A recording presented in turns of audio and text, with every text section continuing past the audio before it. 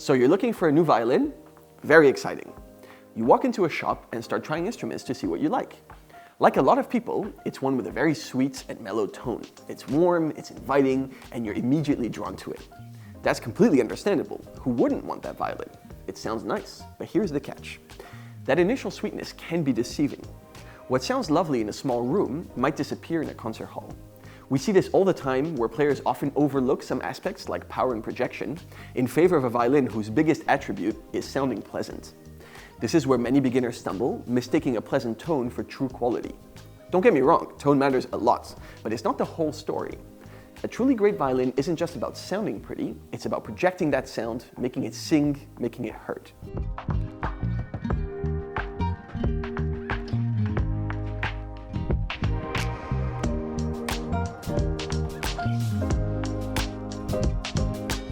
I'll give you a common example, one that even happened to me. You're playing on stage and your sound just isn't carrying. It's getting lost, swallowed up by the orchestra or ensemble that you're playing with. It can be frustrating. That's the problem with prioritizing a purely sweet sound. You might have a violin that sounds nice up close, but lacks the power to project across a room. This can be a real letdown, especially as you perform more and more often. You're putting in the effort, but your violin isn't cooperating. You're left wanting more. Now let's talk a bit about projection. What does it actually mean? In simple terms, it's the ability of your violin to send its sound outward, filling the space with your music. Think of it a bit like a singer's voice. A powerful voice isn't just about hitting the right notes, it's about reaching the back of the room and captivating every listener. The same goes for the violin. Projection is crucial for any performance setting, whether you're playing solo or in a chamber group or with a full orchestra. You need your sound to be heard. Music is meant to be shared. Here's another truth about projection. A violin with good projection can be your best teacher. Why is this? Because it reveals everything. Every nuance, every slight imperfection in your technique becomes amplified. Now, I know what you're thinking. Isn't that a bad thing? Not at all. This can actually be a very valuable tool for improvement. It forces you to refine your bowings, your intonation, and your approach to playing. Think of it like practicing in front of a very honest mirror. Now, a regular mirror might just show you your posture, but a very honest mirror would reveal every tiny detail, allowing for targeted improvement. Now, I'm not saying you have to sacrifice a beautiful tone for the sake of projection. The ideal violin is able to combine the two. It's about finding an instrument that has a pleasing tonal quality while still possessing the power to project.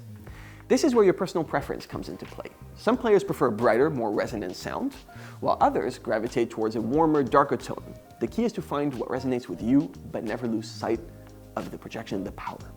So now, how do we actually test for projection when you're trying out violins? Here are a few practical tips. First, don't be afraid to play loudly. This might seem obvious, but many people are hesitant to really dig into the sound when testing instruments. Remember, you need to hear how the violin sounds at its full potential. So I thought the way I would demonstrate this is by playing the same thing on two violins. So the first violin I'm going to play on is a violin we have here that's not actually for sale. I think it makes a very beautiful sound. It's very intimate, it's very warm, but to me it lacks a bit of the projection that I'd be looking for.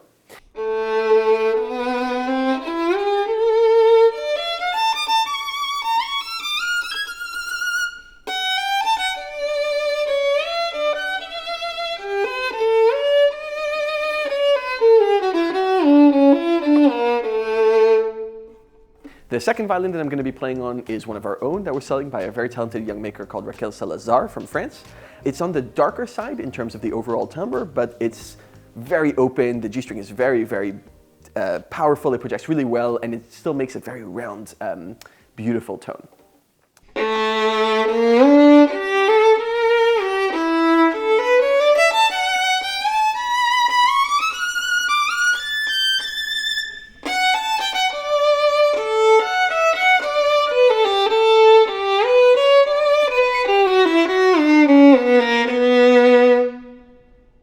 So I just played as loudly as I could on both of these violins. Now, what came across to me, and I'm sure it did as well here, is that the first one has a limit. It's a beautiful tone, but as you dig in, you feel that the instrument at some point reaches a limit and you just can't go more.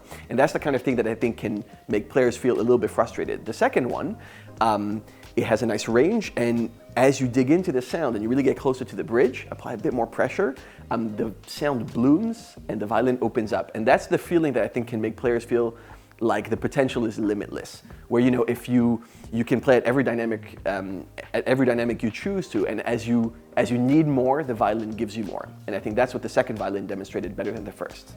Second, listen from a distance. If you can, ask a friend or the shop owner to listen from different points in the room while you play. I'm always happy to listen and give feedback on the different instruments that our customers are testing. Now, people's techniques and styles of play can really change how instruments sound, so it's not like there's a one-size-fits-all here.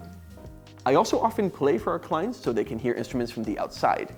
It's amazing how different things can sound at a distance. Now I'm going to try different dynamics, I'm going to try ranges, experiment with crescendos, diminuendos, and different kinds of pianos to see how the violins respond.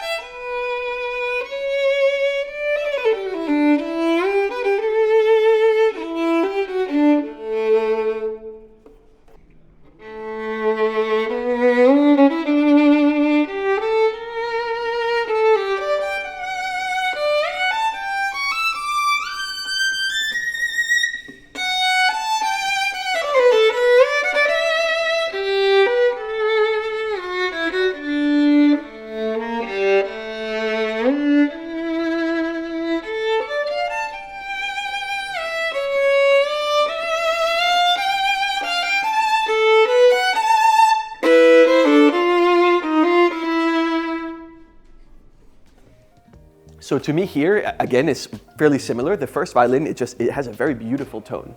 It sounds really pleasing under the ear. It's something that when you play, you enjoy playing, you want to see, in an intimate setting, I think it could sound quite nice. The pianos feel quite velvety and quite smooth. And then as you start to try and do a crescendo and expand the sound, it just hits a limit pretty quickly. And I think that is something that, as a player, wouldn't allow you to express yourself in the best possible way.